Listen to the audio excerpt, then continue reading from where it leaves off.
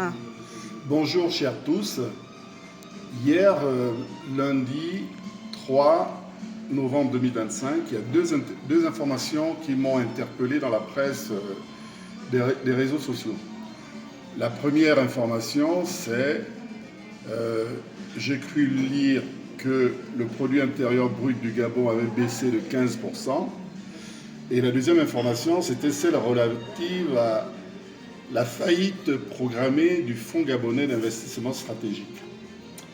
Bon, voyez-vous, la première information qui a été relayée de nombreuses fois, partagée par la presse des réseaux sociaux, qui affirme que le Gabon a une baisse de 15% de son produit intérieur brut. Il faudrait, et ça j'en appelle à la conscience professionnelle des journalistes, de pouvoir avoir de l'information décryptée, analysée avant de la partager comme ça. Le Gabon ne peut pas avoir une baisse de 15% de son produit intérieur brut quand il obtient une croissance de 2,8% pour 2025.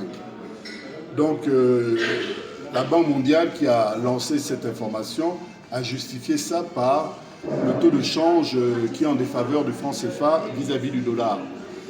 Mais on ne peut pas juger, on ne peut pas dire que notre produit intérieur brut a baissé de 15% parce que le taux de change est en baisse vis-à-vis du dollar.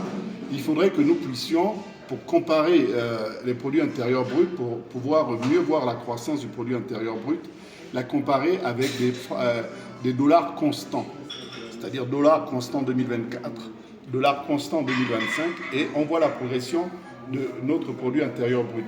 Donc c'est une information qui est faite pour totalement décourager les efforts qui sont faits au sein de la Ve République, hein, des efforts de développement qui sont entrepris, en nous jetant au visage comme ça que notre produit intérieur brut a baissé, ce qui est complètement faux, parce qu'un produit intérieur brut ne peut pas baisser quand on a une croissance de 2,8%.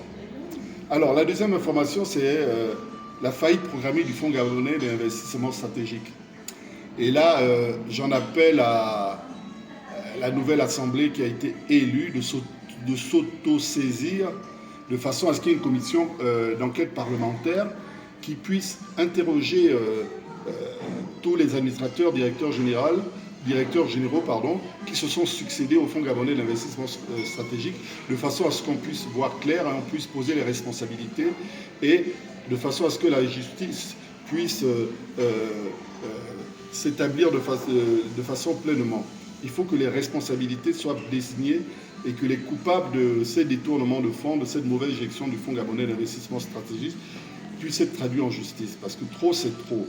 On ne peut pas construire un pays avec de la corruption.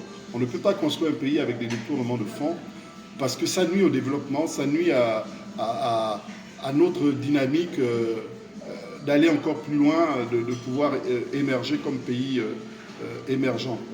Donc il faudrait vraiment que la nouvelle assemblée qui se met en place puisse s'auto-saisir de façon à créer une commission d'enquête parlementaire pour y voir un peu plus clair sur cette faillite programmée du Fonds gabonais d'investissement stratégique.